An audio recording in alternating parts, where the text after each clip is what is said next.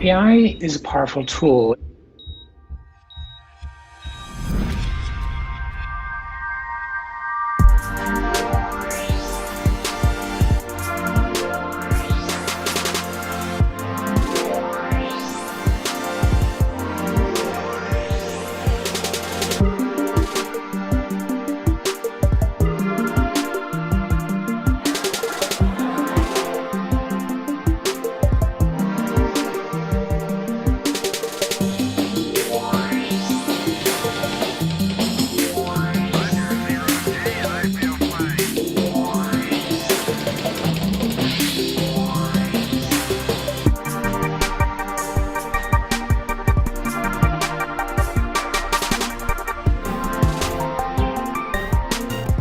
This summit can help ensure that artificial intelligence charts a course that benefits humanity and bolsters our shared values.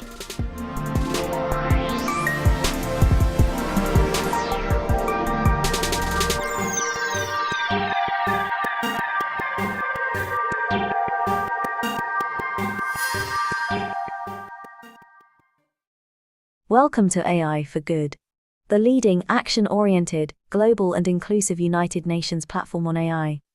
Organized by ITU, in partnership with 40 UN sister organizations, and co-convened with Switzerland. The goal of AI for Good is to identify practical applications of AI to advance the United Nations Sustainable Development Goals and scale those solutions for global impact.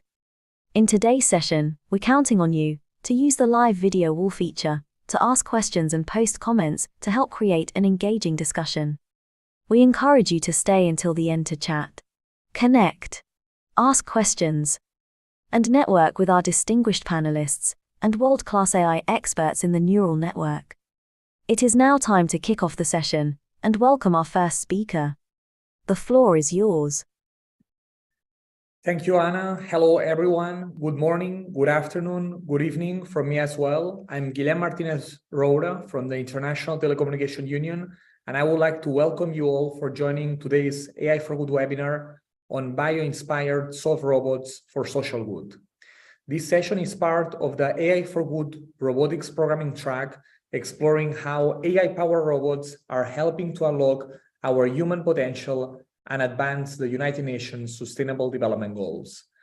We have a distinguished set of panelists today, but as always, we are counting on you, the participants, to help create a very interactive session. Without further ado, I would like to introduce our moderator today. Her name is Hannah Stewart, and she's Assistant Professor of Mechanical Engineering at the University of Berkeley. Hannah, welcome, and the floor is all yours. Thank you. It's a wonderful pleasure to be here today and have the honor of moderating this webinar. Nature has been an inspiration to inventors and roboticists consistently over the ages. Animals exhibit a dexterity and a dynamic ease that has yet to fully match artificial machines. And what makes this event especially interesting is the intersection of bioinspiration and soft robots. Just as animals have a wide variety of squishy and stretchy tissues in their bodies, soft robots are constructed of compliant materials that can adapt their shape and behavior to complex and dynamic unstructured environments and tasks. This is critical to enable real-world interventions that can make a difference outside of the safe and controlled laboratory setting. Now, recent innovations and discoveries into how we can design robots using soft materials, it opens the door to new robot applications that can make a real difference in society. Today, you are going to hear from 4 leaders in the field of biologically inspired robots. They are going to take us on a journey first from applications on land and then to applications in the sea. And they are inspired by different organisms and give us different perspectives on the role of bioinspiration, the role that AI can play in this field, and the role of soft robots in society. The objective of this webinar is to give you insights into the state of the art and recent breakthroughs in this field. It is also to take a critical look at the remaining challenges and questions, such as the role of, basically the brain versus the body and how to handle physical contact. We will also look at considerations that directly impact society. So for example, we're going to hear about sustainability and the environmental impact of these systems. First, we are going to hear from all four speakers for 10-minute talks each, and then we are going to transition to questions and answers sessions for about 30 minutes. So first up, I would like to introduce Dr. Barbara Mazzolai. Barbara, please take the floor. Hi everyone. Thank you, Anna. I share my screen first. So can you see my slide? Okay. Yes, it looks great. Okay, thank you so much. And I'm very pleased to be part of this very interesting event. So thank you to organizer for inviting me. And so today I would like to talk about eco-robots for sustainability as a contribution to biologically inspired software robots for good. And actually, our approach is in fact bio-inspired. So we take inspiration from natural organisms, from their features and capability to adapt to dynamically changing conditions, to design, develop new robots can operate in industrial domains for manipulation and grasping, but also for exploration and monitoring, and also for environmental protection. But since these robots are deeply based on bio-inspiration, sometimes we can use such robots, such platforms to validate hypotheses on the biological systems that we take as a model. So at the end, the final goal is to improve both basic science and applied research. And our models are in particular soft animals, so cephalopods like octopus, but also earthworms for developing robots for soil exploration, and snails. And also plants. And today, in particular, I would like to focus my talk on plants as a models in robotics, in particular, to develop robots that have a new kind of movements, but also they are characterized by high plasticity, since plants can move and adapt continuously to the external environment, their body and their morphology, and then also their behavior. And they show physical intelligence embedded energy. So for several years, we have been investigating plants, in particular plant roots, for developing growing system. In particular, plants are particularly interesting, and roots in particular, for moving in soil, since in fact they grow from the tip. By cell division, they add new cells, and then they elongate, and in this way they reduce friction pressure during the penetration. And so exactly we imitated this growing capability to develop growing robots that can move, in fact, by growing, since we have a miniaturized 3D printed machine inside the tip of the robot. And so there is a motor that pulls a thermoplastic material in the form of filament and a resistor inside the tip that increases the temperature, the material becomes sticky, and so layer by layer the robot can create its own body. And so the direction of growing is given by the sensors integrated in the tip, like in the natural root. But we are investigating growing capability not only in roots, but also in climbing plants. In particular, we are implementing the same capability in the exploration of the environment without vision. And so depending on the sensor that we integrate in the tip, we can explore and have this robot that provide information, environmental monitoring pollutants. But in particular, climbing plants are quite peculiar plants, since they don't have a very sophisticated trunk or root apparatus. And in order to avoid to collapse under their weight, they need to anchor to sustain the body. And so they develop tendrils, they develop adhesive pads or hooks to sustain the body, to attach to the external environment. And this is an example, the case of the Gallioaparin plant, that is a parasitic plant, and use the hooks to sustain, to attach to the leaves of the host plants. And so by taking inspiration from these hooks, we have developed artificial hooks, so array of micro hooks, starting from the analysis, the morphology of the natural hooks, and also investigating the material. and attaching these hooks to the wheels of this mini car. So the mini car is able to climb over inclined planes only when the hooks are attached. And so they attach to different kinds of tissues. And so these capabilities open new scenario also in terms of application. In particular, for us, is particularly interesting to have these devices for sustainable agriculture. On my left, sorry, you can see these devices that we can attach to the leaves, and they include, in fact, sensors for light, humidity, temperature. So we can provide information to the human operators on the stress of the plants. And then there is also a version of these patches that are completely biodegradable.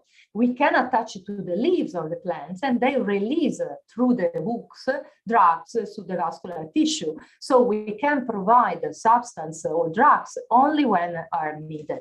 So moving to more sustainable agriculture. But there are also other examples that we are taking from plants, in particular, their capability to transmit, to transfer seed into the environment. So the strategy of seed dispersal, very, very interesting also in robotics. Here you can see a drilling seed. This is a Pelargonium appendiculatum. But what is very interesting from a robotics point of view is that this seed is made by the structure that transport the seed are made by materials that are completely dead. So there is no metabolism inside, there is no additional energy, but this seed is able to move thanks to the interaction, the materials, in particular cellulose, with the external variation in terms of humidity. And so the goal is to develop seed-like explorers that can move and explore the environment analogously to the natural system. Here you can see, in fact, the Pelargonium, the natural one, the way in which they move by interacting with external humidity. We perform several analyses of the natural seed in terms of morphological characteristics, biomechanics. So you can see in blue the layer that interacts with the humidity in the environment that is made by cellulose mainly. And so we imitate such behavior in the artificial seed that are also able to move by interacting with the humidity. And so these robots move and operate like sensors and actuators at the same time. And so we can functionalize these robots with other material in order to detect different parameters directly in situ, for example, for detecting humidity, but also temperature, mercury, or CO2 directly in situ in real time. And this is the goal of this European project, ICEED. So when the robot interact with this specific target, change the color, emit fluorescence that is read by LiDAR techniques on board the drones. And so we can release these robots that are completely, fully biodegradable without any additional energy to detect the different parameters into the natural ecosystems. And finally, I would like to talk, just mention this also activity that we are doing, generation of green energy from plants, in particular by triboelectric effect, stimulating artificial leaves with the natural leaves moved by wind. By triboelectric effect, as I said, we generate charges, and these charges, positive and negative, can be used to power artificial devices like LEDs or a sensor, like a temperature humidity sensor. So it's a completely green energy. So to conclude, of course, there are many other solutions, but just to give an example of what we can do, take inspiration from plants and also animals, and we will see in the other talks, also animals as a model. And the idea is, in fact, to move to more sustainable robots, introducing this concept of cycle life in robotics. So this is concept that we proposed with Cecilia recently. That means that these robots more and more will be integrated in the natural ecosystem. They will cooperate with the humans. They exploit energy from the environment, but then at a certain point they disappeared because they are biodegradable, reusable. And in order to achieve this ambitious goal, we need new technologies, in particular new materials that are biodegradable, reusable, but new form of also electronics, self-healing materials. But very, very important, we need new design rules to optimize the design of a robot and reduce by design the energy consumption of this robot. So I would like to thank my colleagues that work with me on these topics and all of you for your kind attention. Thank you so much. Thank you for that wonderful talk. I would now like to transition to Dr. Matteo Cianchetti. You have the floor. Thank you, Anna. I'm very happy to be part of this initiative. Let me just share my screen.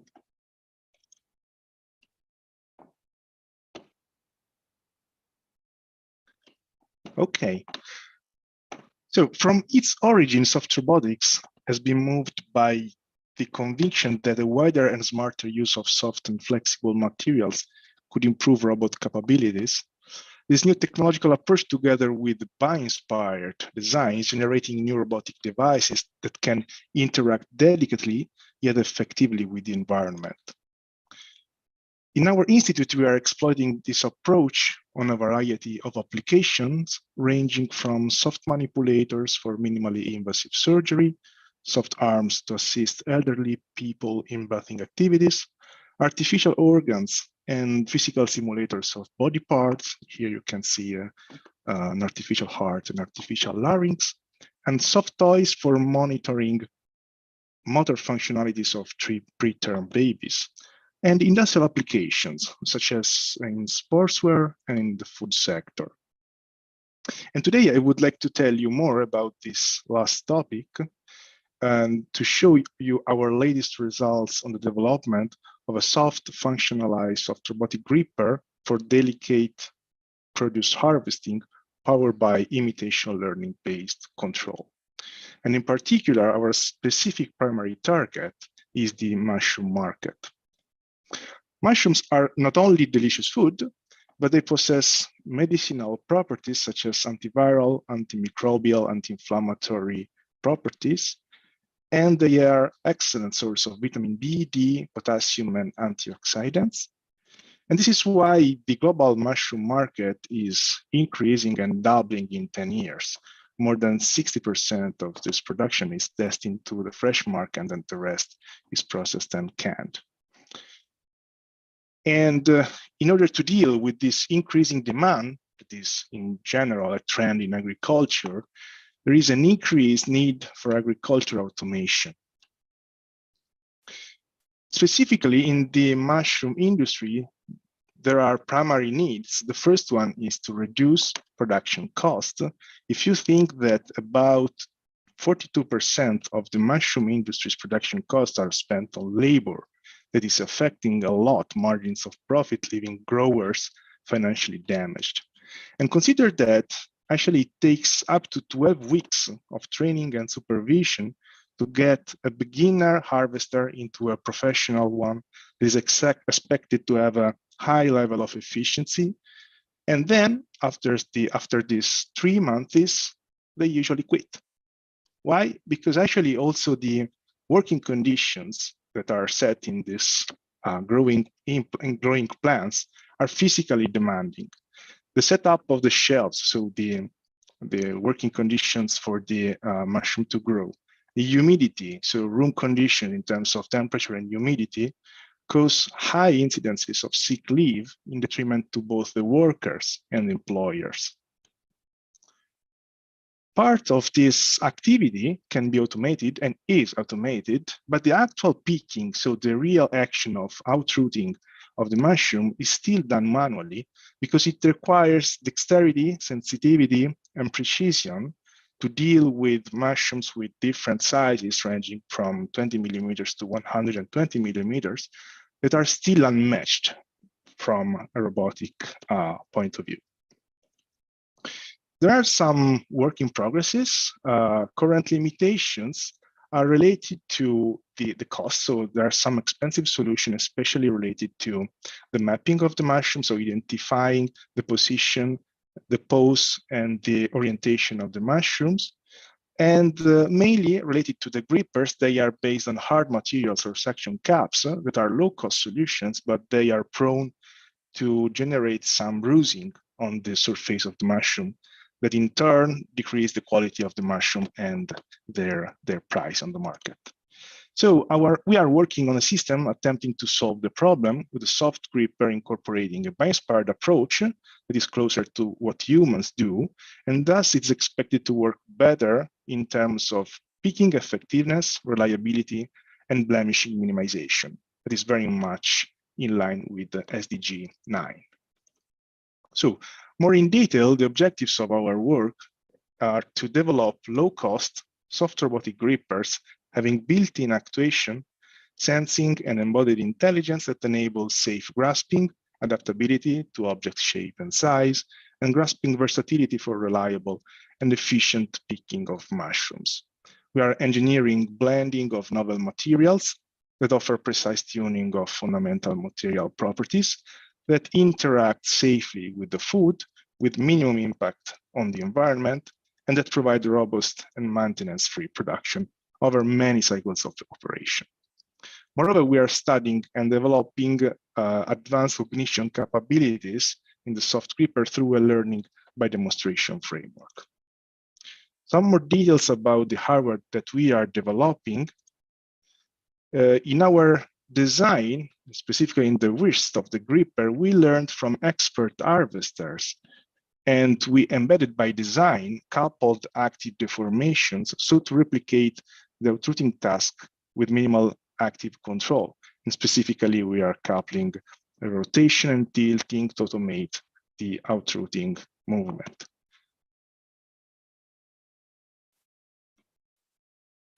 For the grasping, we adopted a solution based on fingers on the PneuNet model, that is a soft fluidic bending actuator, redesigned through a parametric FEM analysis to identify an optimized approach that guarantees adaptability to different cup sizes, that is to cover the range of the availability of cup sizes, considering also that the bending angle, the contact angle between the finger and the cup size should always be in line, around 90 degrees, so to guarantee an effective grasping.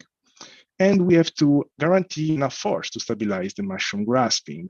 This is, by the way, in terms of force, something that is not known a priori, so we also had to run a campaign of acquisition to understand how much was the force. It was enough to guarantee a stable grasping, but not too high to damage mushrooms. And of course, this should be done with low pressure, so not to introduce safety concerns.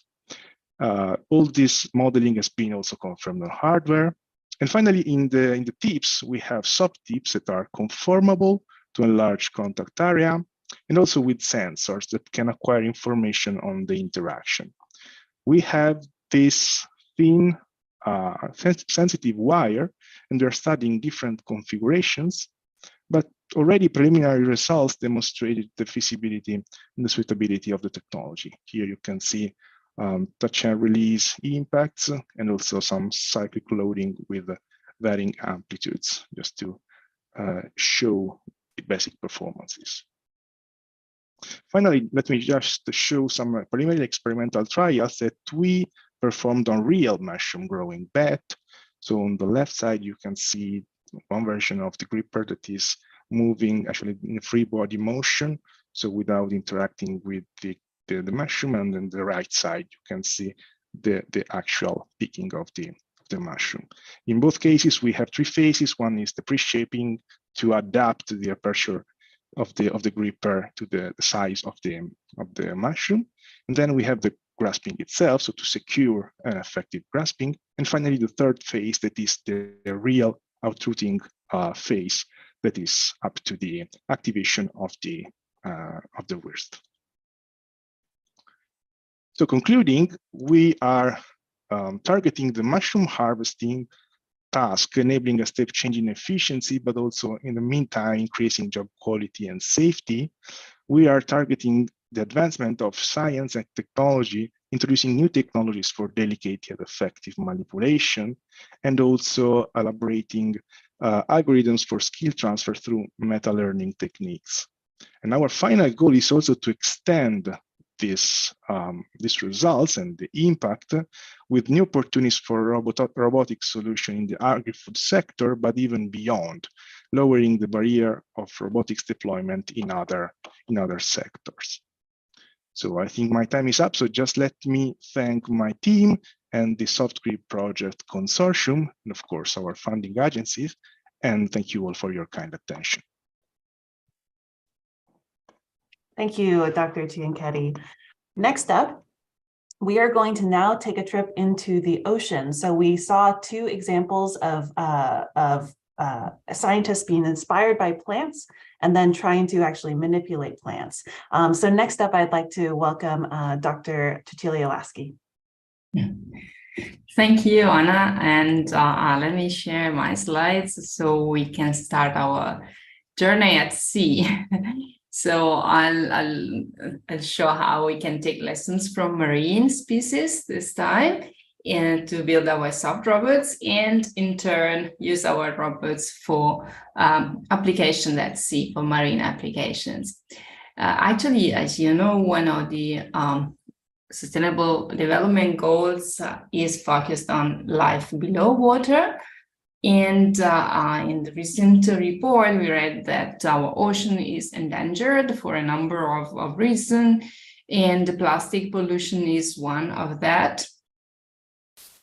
So our question is, can we help with our robots in this challenge? So actually, robots have been helpful in ocean explorations in many ways, and for many years, and usually they operate in what we call pelagic zone. So they navigate the water basically, and they don't go too much on the seabed, which is still largely unexplored, in fact. And it seems that instead, even if this is probably the most, the better known problem, the plastic which is floating on the ocean, it may be just the top of an iceberg, because plastic do degrade and it reaches the benthic zone. So how can we help here? Of course, our usual question in bio-inspired robotics, we ask ourselves if we can take lessons from nature to solve our problems. But recently, I asked myself if this is the right question, or if we rather should reverse it.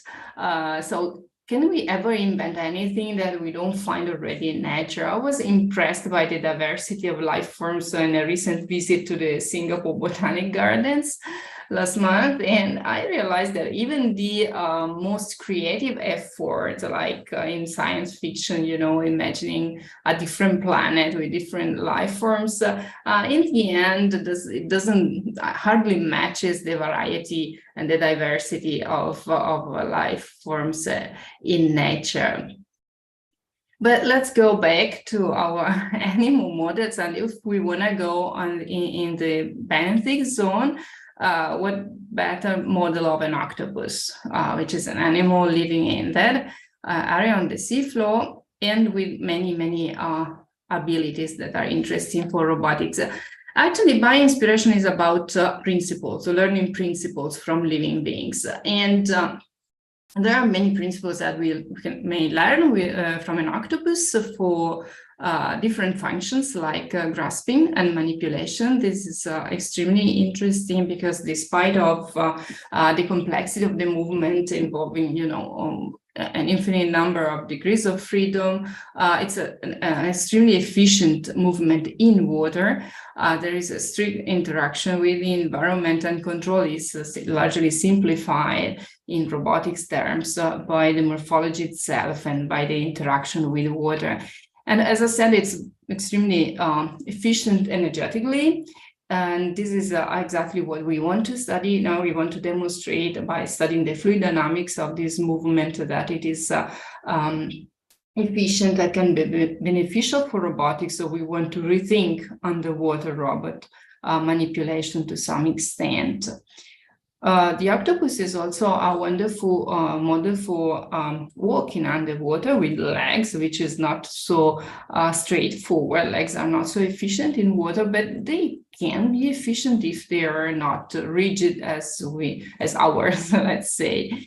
And it gives nice principles for pulse jet swimming, which is this is nice swimming by squeezing a part of the body, which is called the mantle, generating a propulsion. Of course, the interaction with the water is critical here, and the morphology and the mechanical properties of the body as well.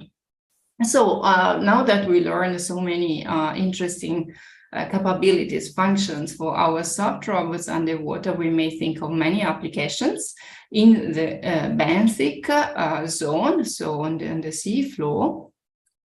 But it's only when we can describe these principles mathematically that we can transform the biology and the principles into engineering and robotics. So in our case of the octopus, so the modeling challenges are complex multiphysics and multi-scale problems, and especially we have to take into consideration not only the deformations of the soft bodies, which are quite complex, but also the internal interaction and external interaction. So the deformations that are given by the actuators, so the movement of the soft body itself, and those deformations given by the interaction with the external environment, either solid or fluid.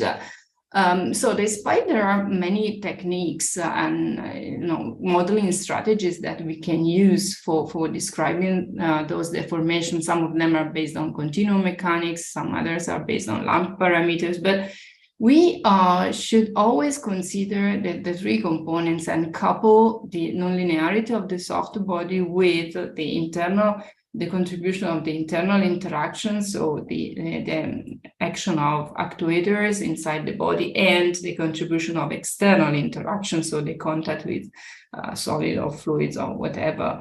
Like in this example where the deformation of this artificial mantle given by its actuator is coupled with the fluid dynamics of this movement. So in the case of underwater leg locomotion, we actually developed a model usually that capture this special kind of locomotion. And once we have the model, we can design a robot that can walk underwater. Of course, this is what we want, but we also found a very stable kind of work, self-stabilizing locomotion, and a very energetically efficient movement. So the power consumption is very low, even in station keeping, which is a quite critical task underwater. And once we have a model that describes our principle, we can focus on the application. So we can get rid of the animal model to some extent. And in this case, so this robot was designed for a specific task, which is collecting samples of sediments to look for microplastics in the sea bottom. And it also integrates some observations of crab locomotion, which very interestingly is also described by the same model that we developed for the octopus. And so the robot, as you see, has a very simple controller. So the control burden is really reduced, and the locomotion is very stable, and the robot can negotiate obstacles not through control action, but simply through the mechanics of its legs. Of course, if we go underwater, we have to ensure that we are not dispersing pollutants in the marine environment that we want to preserve. But actually, soft robotics is giving us an enormous opportunity because we are rethinking the materials robots are built of, so we can think of materials that are biodegradable, at least compatible with the marine environment, but even biodegradable. And we can think of robots that can be even dispersed in the marine environment. So according to the vision that Barbara explained for robots with a complete life cycle. And hopefully we can contribute a little bit to the big problem of e-waste, not only in soft robotics, maybe in robotics at large, and maybe hopefully even to other technological fields. So we have seen how we can learn from nature, from marine species for robots that live in the natural environment and in turn can help preserve nature itself. So thank you for listening, and I'm looking forward to your questions. Thank you, Dr. Lasky. That was a wonderful look at ocean applications, really impressive. And then finally, we're going to hear from Dr. Robert Catchman. Robert, you have the floor.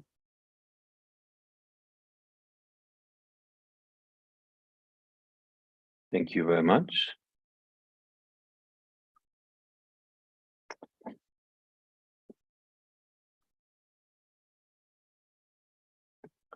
All right, can you just confirm that you can see my screen?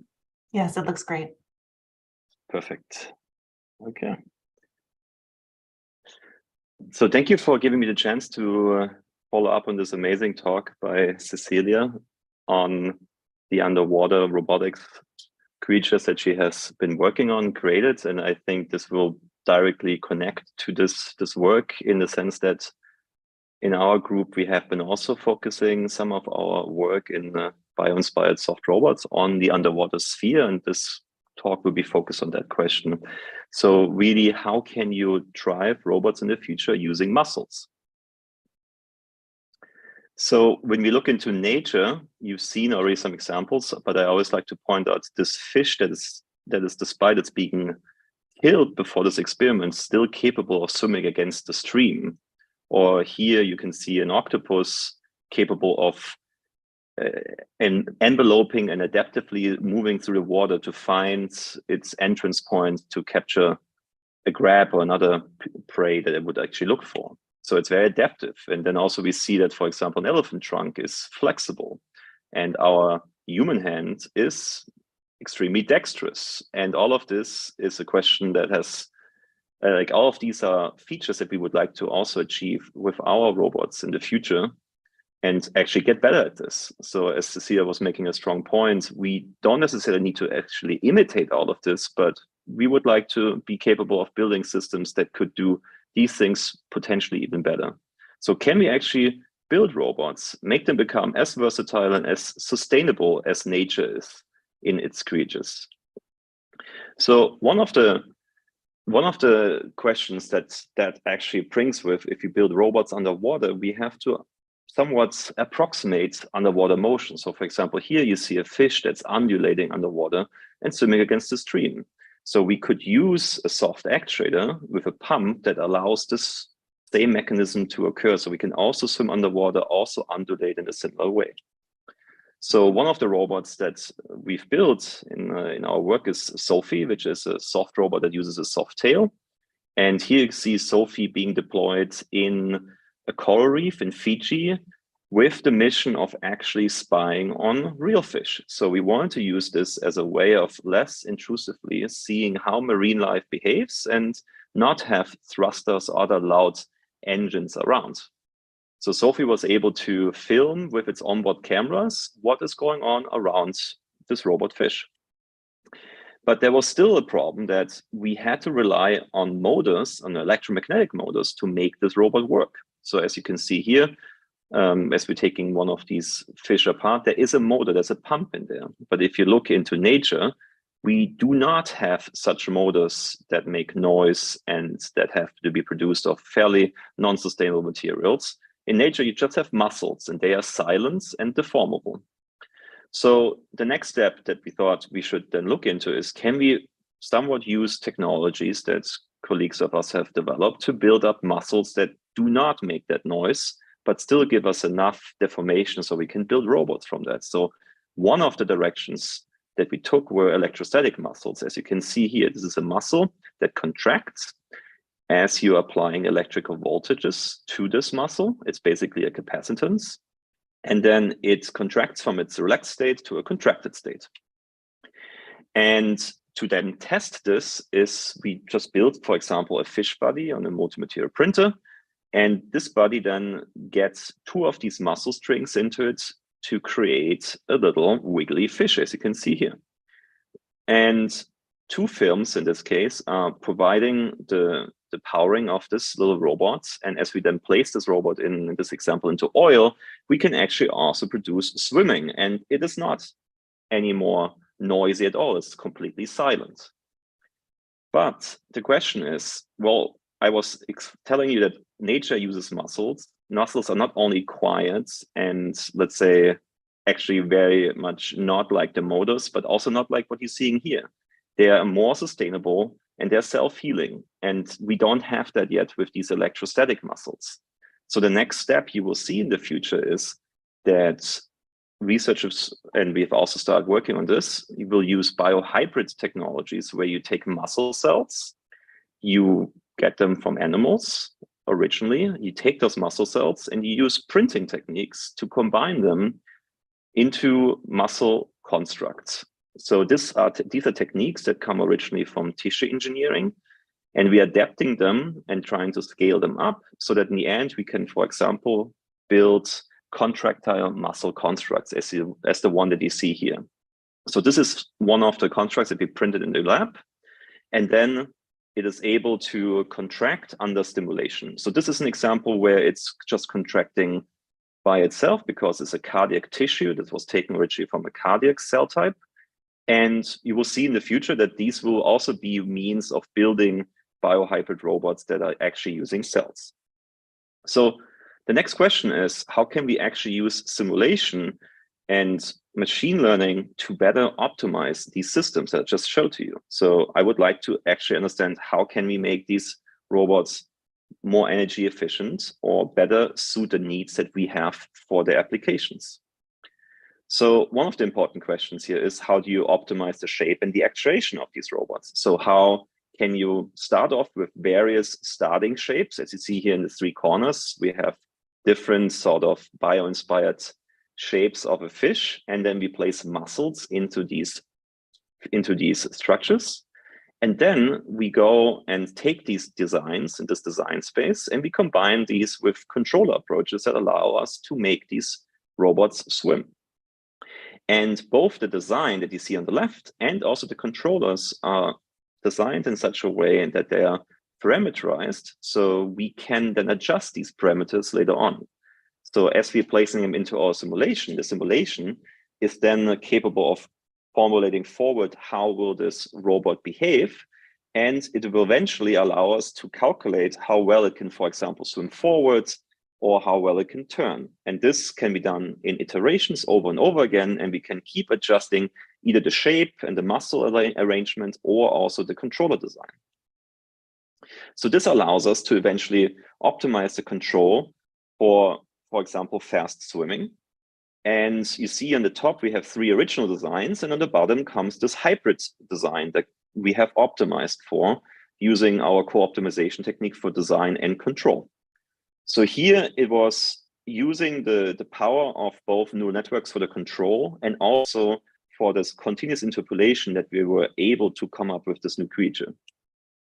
Then we are trying to match these results from simulation, as shown here on the right, with our results on the real hardware. That means we are trying to see how well does our simulation match with the actual physical embodiment that we are building. For example, here we're just building a couple of fishtails. And we can get it to match, but the next challenge is, how do you couple it also with the fluid simulation? because just simulating the solid is one challenge, but also simulating the fluid is a whole other challenge. So you see the fish that swims underwater and is capable, even if it's dead, to still be efficiently going against the stream requires both an understanding and a rapid simulation of the fluid and of the solid. And so that gets us to the question of how can we use recent insights in physics-informed machine learning to build better robots? And without going into too much detail, I would like to just give an example of how it is in the case of a 2D incompressible fluid flow. It means you have fluid coming in from the left and you have some obstacle that is in this case a cylinder, and you can move this obstacle around. And what we are doing then here is you can change this, as you see in real time, you can change the placement of the obstacle and it will still run your fluid simulation, which by itself is not an easy feat to do. So what you do is you take the physics equations that describe this problem and you reformulate those physics equations as a loss function. And that loss function can then be used with your neural network architectures to optimize a simulator that's fully trained with this neural network that has been optimized for these loss functions. So what we then get in the end is the ability to build a coupling from the solid to the fluid and then back from the fluid to the solid. And so we're presenting work on how you can do this efficiently so that in the end you can do optimized swimming in this multi-physics simulation. And with this, I would like to end. Some of the challenges that are coming up in the future are building hybrid soft rigid robots, having a rapid complex fabrication, making more compact power supplies for these systems, using sustainable materials that can be used to build these robots, and actually making these robots fully autonomous.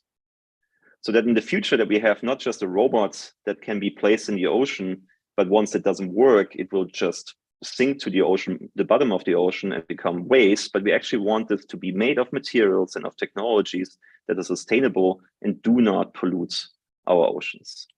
And with this, I would like to thank you all for the attention. And here's just a further glimpse to soft robots that we are working on besides just underwater robots. Thank you very much. Thank you, Dr. Ketchman. That was wonderful. And I'm seeing some comments coming in from the audience for all the speakers. Thank you so much for the wonderful and inspirational talks. Now we're going to transition to a questions and answer session. I'm going to start by asking each speaker a set of prepared questions, and then I'm going to be filtering and including in the questions from the audience. Great. Okay, so I wanted to start out with Dr. Mazalai. So you mentioned that you are combining sensing and actuation into these soft devices and that it responds to the environmental conditions. And this is a really beautiful idea. You know, it seems also like a very challenging design question or design problem. Do you see a role for AI in this design mechanisms and controls question? Yeah, very, very interesting question. So what we are doing is trying to have as a design rules biology first. So we start investigating the arrangement of the material in the biological models. And then, yes, we are using AI partially, so we are using also mathematical models in order to also test and in some way validate the behavior depending on the quantity of humidity, for example, in the environment. And then we move to the fabrication. So the process could be extrapolated the principle first from biology, then have some mathematical models. In some cases, we use also AI, not in all the cases. And then we move to the design and fabrication. So this is the process usually also that we use for the seed, for the artificial seed. Okay, great. Thank you so much. We're also getting a question from the audience for you about the potential for cyborg plants. Could you actually do that in some of these applications? We have some ideas about that. Hopefully the next future I will show you something about that, but we can talk now more about hybrid systems. For example, at the end I showed the interaction of natural leaves with artificial leaves. So this is the only way the interaction, the natural and the artificial leaves generate charges, as I mentioned. So we needed this hybrid configuration in order to, by a triboelectric effect, generate this charge and then use it by inserting electrodes in the plants, and then use the electrode for attaching to sensors or LEDs. So only in this way we can generate a sufficient quantity of energy for artificial system. But we have to say that when the natural leaves interact with each other, they produce a small quantity of charges and small quantity of energy. It's not relevant for us from an artificial point of view, but the question is, they use them. So we don't know actually if they use this energy generated by triboelectric effect. And so there are many questions that we can investigate by taking as a model plants. Great, thank you so much. So I'm going to move on now to Dr. Teo Keddy. So I wanted to ask you a little bit about this role of anthropomorphism. So you talked about how you're using the human as inspiration for the wrist, but then we see compliant fingers that are maybe less humanoid. So what do you think of the role of anthropomorphism versus thinking outside or even beyond the human form? Yeah, that's a very good question. You know, taking inspiration as a first example to design our systems is a very good idea, because in the evolution, nature already tried several attempts to optimize toward a specific task. But in this specific case, we are trying to start from the human model to make it at least as well as expert harvesters can do that. But then going beyond, that should be also the general, target of robots, to go even beyond the bioinspiration and or biomimetic approach. And in our case, we are using this this model also for the fingers, because we think that in this case we can achieve even a higher conformability and adaptability, higher than what the human hand can do. Other models that are related to the wrist, as you correctly mentioned, are because of the combination that we learned of motion that we learned from expert harvesters is the right way to do that. Actually, it is something that we are still investigating, because expert harvesters themselves cannot really explain how they perform this task. And indeed, there is this meta-learning approach that is trying to apply this motion, this combined motion, in a direct way, even without really formalizing it in informal terms. So we are trying to exploit this in several ways, but for sure, as a starting point, as we need to at least match the same performances of the human harvester, it makes sense to start on that. Great, thank you. I also have a question from an audience member who has worked on snake-like robots with McKibben muscles. And they're actually asking about the potential for collaboration or internships with you, as well as Professor Mazzolai. What is your sort of answer to how somebody might reach out to you? It would be great. Of course, we are open to collaboration. Just drop me a line. I don't know how to share my contact, but I think we can absolutely think about that. The same from my side. We have a several internship and usually are some months or also before the PhD program. So they start first working with an internship, and then they continue with maybe a period for the PhD. So we have several occasions to collaborate in this way. Great, thank you. So next I'd like to move to Dr. Lasky. So, as you are exploring compliance, you do this in both the body and the controller. So you're kind of looking at soft robots from both perspectives, and actually in your machines that you should say use both soft materials and some hard materials. And so how do you balance the role of soft materials and the compliance of the body versus the compliance of the controller? Very interesting question. Actually, as I explained, I stressed very much the role of the soft part of the body, and especially because it can receive the interaction with the environment. And actually, our goal is to use this interaction to control the movement of the robot itself.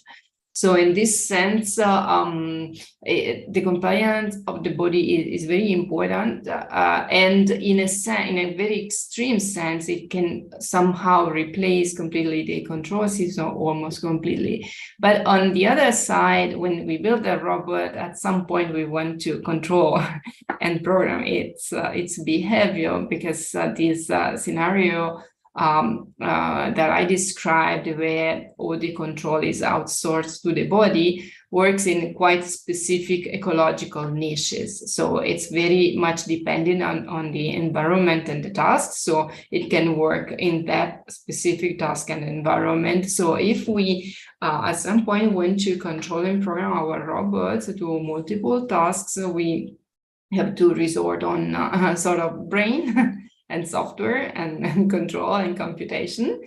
And with soft robots, actually, kind of soft computing is also very well suited. And I'm referring to AI, of course, I'm referring to learning. So with soft robots is more effective usually to develop controllers that are based on learning. So we leave our robots learning themselves how to move their own body. Because specifying completely the movement through a model of the body is way more complex than with traditional rigid link robots. Very interesting.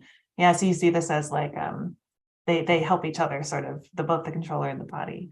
And that actually leads me to another question for you, which is around sort of the practical challenges in designing these machines for saltwater.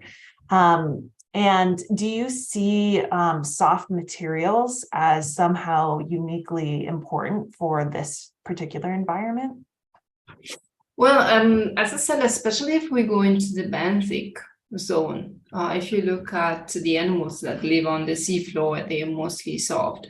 And of course, the octopus is an excellent model for that. And I think it's still for the same reason. So it's a way to better use the interaction with the seafloor, with the environment. So yes, it can be definitely an advantage.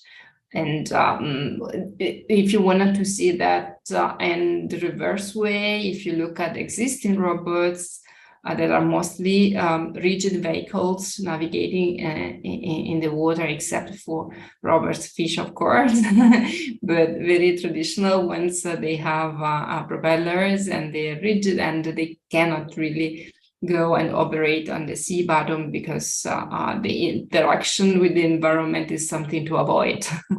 It's not something to use. Great. Thank you so much. And then I wanted to move to Dr. Ketchman for a couple of questions as well. You talked a lot about sort of these soft materials themselves, these soft actuators. I'm curious, if you were to take us maybe 10 years in the future, what material or what breakthroughs in these soft actuators do you think will enable robots to really cross into real products? That's a great question. I think it will be the ability to have many of those in a compact packaging and be capable of building them in a reproducible and an affordable way, so that it's not something we can just do in a very specific lab environment, but we can actually scale to do this so that it becomes a commodity the same way as we can currently buy any electromagnetic motor of any size and shape. And similarly, I think we will have our muscles in 5 to 10 years at the point that there will be commercially available providers that anyone can build robots using those more continuously bulk contracting muscles, and also being able to control all of them at the same time. So you need to have the electronics infrastructure and sort of like the backbone that you can control all of them. A lot of the current robots are focused on a few soft muscles. That's just because it's so difficult to make many of them. Great, thank you. Does this answer your question? I don't know. Yes, it does. It does. Thank you. It really comes down to maybe adaptability in purchasing them. Yeah. So there's another question that's coming in from the audience here, and it's around metaverse and digital twinning in modeling of these robots. And observing their application potential before moving into sort of a true biological ecosystem. I think this might be a question for anyone who feels that they want to answer it, but if nobody else volunteers, I would offer Kachman. Okay. I think we have a lot of the digital twinning problem when we are trying to optimize those structures. And I think imagining new robots and coming up with new applications in the future will happen way more in a metaverse-like environment, where people will just be given a certain set of tools of like, here is your building blocks to, in this virtual environment, build your robots, let it swim around or run around or trying to pick up things. And it will be very accessible because anyone who has access to that metaverse, which ideally should be open to anyone, will then be able to just come in with their ideas. The same way as if we had Minecraft as an environment where you build blocks, if we can then have a metaverse environment where you can simulate and build robots with muscles and with, or other sort of, not bio-inspired architecture, so anything that is sort of like squishy and moving, that would be interesting. Thank you. If you went on the digital twins, I think that's sort of ultimate goal in soft robotics. Our community is asking itself what's next in soft robotics, what's necessary to make a real leap forward for these disciplines which grew so fast. It's very, very young, but so rich in achievements. And I think that sort of digital twins, or at least a more precise modeling, would help definitely to make this leap forward. And I stress the fact that modeling is a bit more complex, and using these models for control can be inaccurate, but I stress that control is simplified, but the design of soft robots is not simple at all. So I think it's there where computational modeling can help, but if we consider the three components, so the body and the interactions with its own actuator and the external environment, and sometimes, especially this third part, is not considered enough in soft robotics. But if we could really model everything into one, coupling everything and having real digital twins, so that would really help our field to make a leap forward, and in the design, especially in the design of soft robots. Yeah, thank you so much. May I add maybe on this point, because I think that this is very interesting point also for the future, for next generation robots, but also not only for robotics, also for better understanding the complexity of the biological systems that we take as a model, because sometimes it's very difficult also to understand what are the principles that we need to translate in the robots. And so having such kind of a solution in modeling, not only the robot, but also the living system, can help in better design the robot, but also in come back to the biological part. So there are double advantage in using such kind of modeling, such kind of digital twinning, and will be more and more. And this is probably more evident now in humanoids, but for sure we will more in also other kind of models, so plants or soft animal and so on. So I think that will be very great tools for the next generation robots and for biology as well. Excellent, thank you. And I think aligned with this line of questioning here is another question from the audience, which is about essentially, many of these robotic applications, whether it's in the design process or in the control, seem very data and computation intensive. And we've heard the perspective that actually embodied intelligence could ease some of that computing need in the field. At the same time, there might be a role for high performance computing.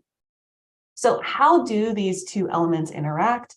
Does high performance computing play some sort of role in that modeling aspect of this problem? And how does this interact with the feedback loop for how robots are actually developing future models? Yeah, maybe I can start drafting an answer.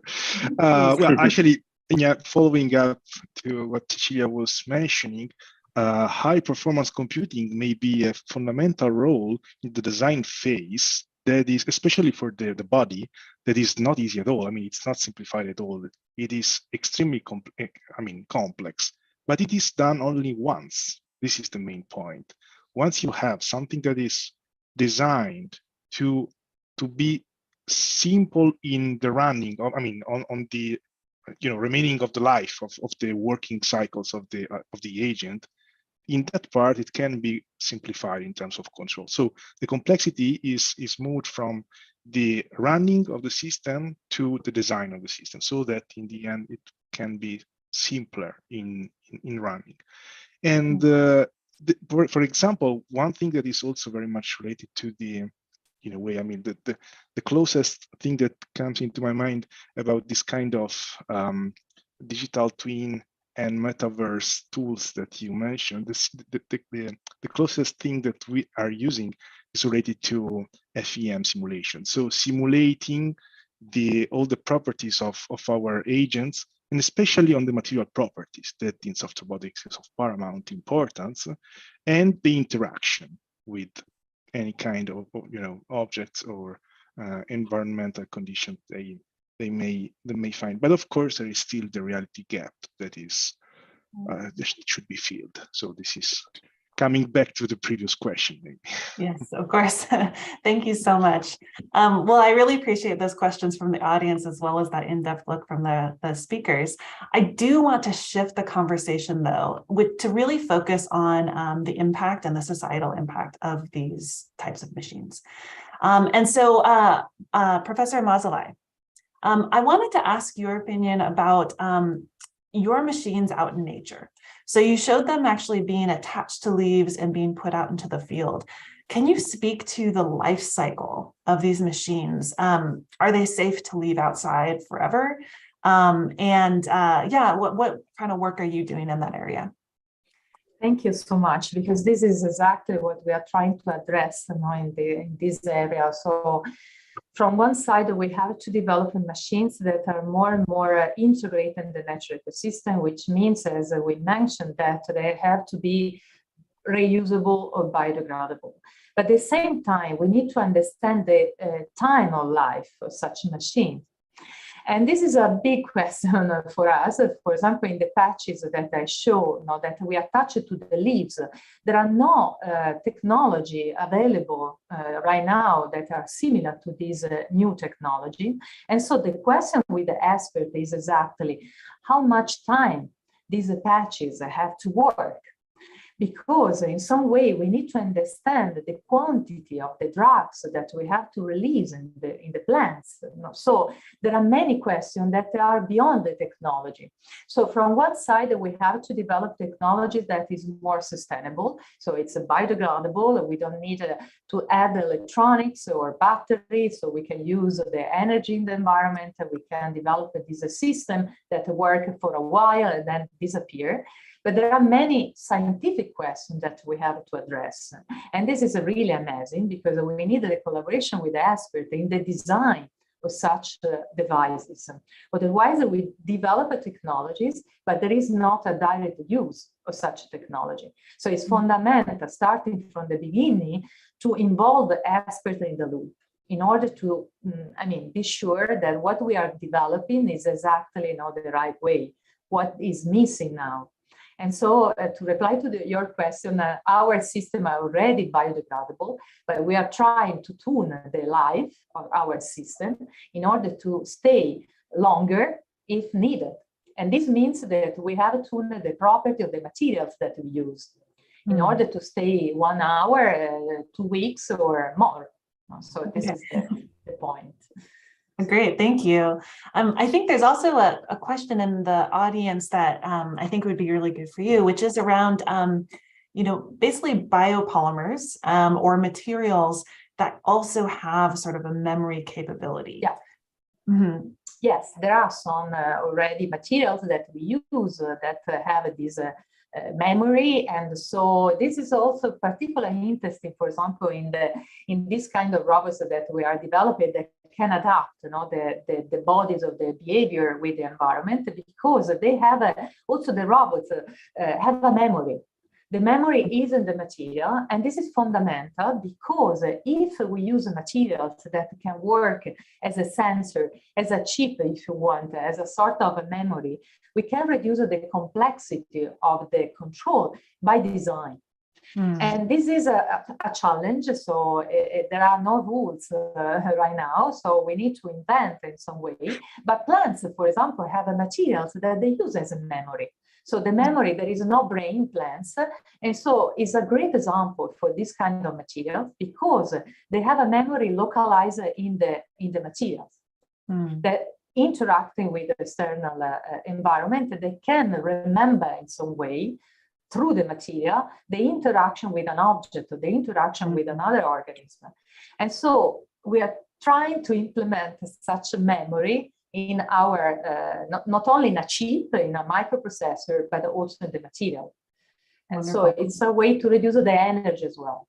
So this is the goal. Thank you. Yeah, and that's just such a beautiful example of embodied intelligence for sure. Next, I wanted to actually ask Dr. Ketchman. So, you're really interested in these artificial muscles. People are thinking about using cells in these types of systems. So what would be maybe the societal impact or implication of using cells to engineer robots? So there was one work I showed briefly where we use cardiac cells for making these muscles. And the impact of that will eventually be if we can better understand how to control and place them and have them bottom-up grown. Bottom-up my meaning is to start with a cell as the building block and then create, for example, muscle fibers. If we can actually get this better under control, because we're really in the very early days of doing this, then we can make muscles. We can also make other sort of tissues that are not just muscles. They could also be sensing tissues. There could also be various other cell types that are needed to make up an organism. And so the eventual goal would be to say, okay, can we actually use, let's say, an immortalized cell line that we get from a very sustainable source, because we don't need to take them anymore from animals. They were just taken once, and we can then just reproduce them by themselves and then use them as a building block to make a muscle. And then we can build architectures that use those muscles to power robots and to have perfusion and to have nervous systems in the future. So everything that we currently produce artificially, that we need to use electronics or fluidics for, we would then bit by bit maybe replace these pieces with maybe a tissue-based sensor, a tissue-based muscle. Wonderful, thank you. And then I have one last question before we close, and I'll ask Dr. Laschke to answer this one. And it really comes down to what barriers do we need to overcome as a field in bio-inspired soft robots? What needs to happen for these machines to really be adopted in the field? That's a great question to conclude our discussion. I really think we need more formal methods for designing bio-inspired robots, soft robots or not soft robots, but bio-inspired robots. We have more or less a method that all of us use. We start from the observation of the living being, and we know more or less which are the next phases. We try to build early prototypes to verify the principles, and then with our engineering tool, we can design the final prototype, and in some cases they become products, but every case is sort of, a different case, and we really need more theoretical tools, as I said, more modeling tools, and a more established method that we can use more systematically, and that would make a difference in industrial production of such robots. Wonderful. Well, thank you so much, everybody, for this really great discussion. I really enjoyed hearing your talks as well as hearing your answers to these questions. I'd now like to hand it back to end this out. So thank you. Thank you so much for Hannah, for this great moderation, and a big thanks to all our panelists today, Robert, Barbara, Cecilia, and Matteo, as well to all the participants for making it such an interesting discussion. And now we encourage you all to check out the AI for Good program online to see more robotics sessions that may be of interest to you. And in 2 weeks' time, we'll be having an AI for Good webinar on what does it take for a robot to be sustainable. And we are very much looking forward to engaging with you in our upcoming events. So now this is the end of this section and the start of the networking in the AI for Good neural network with the panelists and participants for the next 15 minutes. So see you all in a couple of minutes, and I will now give the floor back to Anna for the closing information. Thank you very much. Thank you for participating in today's AI for Good session. We hope you've learned something new, innovative, and engaging in today's event. We now encourage you to continue the conversation on the live video wall in the neural network. Here you can ask questions, like and comment, share links, complete the poll, connect with interesting profiles, or speak one-on-one using the chat and video function. We invite you to explore the lobby, try the smart matching quiz, visit the virtual exhibits, poster boards, the eShop, and build your personalized AI for Good program. Let's shape the future of AI for Good. AI is a powerful tool.